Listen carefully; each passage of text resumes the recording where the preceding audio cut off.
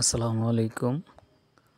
মানে কিভাবে খাবার দিলে মুরগি কম খাবারে বেশি স্বাস্থ্য ভালো হয়, গ্রোথ ভালো হয়, সেটাই আজকে আমি দেখাবো আজকের এই ভিডিওর মাধ্যমে। আমি প্রথমে খাবারগুলো দিতেছি পাত্রে। অল্প অল্প করে খাবার দিতে হবে।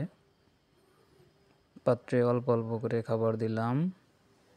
আমি প্রত্যেকটা পাত্রে অল্প অল্প করে খাবার দেব এবং বেশি বেশি খাবার দেব। মানে বেশি বেশি বলতে ঘন ঘন খাবার দেব, যাতে খাবারটা ড্যাম না হয়, মুরগি দেওয়ার সাথে সাথে খেয়ে ফেলতে পারে। খাবারটা যদি ড্যাম হয়ে যায় তাহলে গ্রোথ ভালো আসবে না, মুরগির ওয়েট কম আসবে, মুরগি অসুস্থ হয়ে যাবে।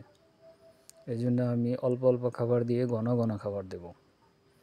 ঘন ঘন খাবার দিতেছি, এটা আমি আপনাদেরকে দেখাই দিতেছি কীভাবে খাবার দিব।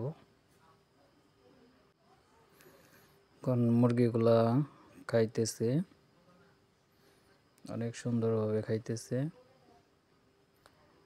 যে মুরগিগুলা মানে যার যার মতো ইচ্ছাকৃতভাবে খাইতেছে। এই পাত্রটা খালি, আমি এই পাত্রতে খাবার দিয়ে দিব।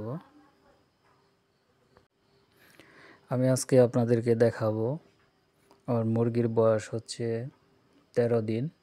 5টা মুরগি ওজন করে দেখাবো যে কয় গ্রাম করে হচ্ছে খাবার এবং ওজন ঠিক আছে কিনা, এটা দেখাবো। আমি এখন 5টা মুরগি দিব মিটারে।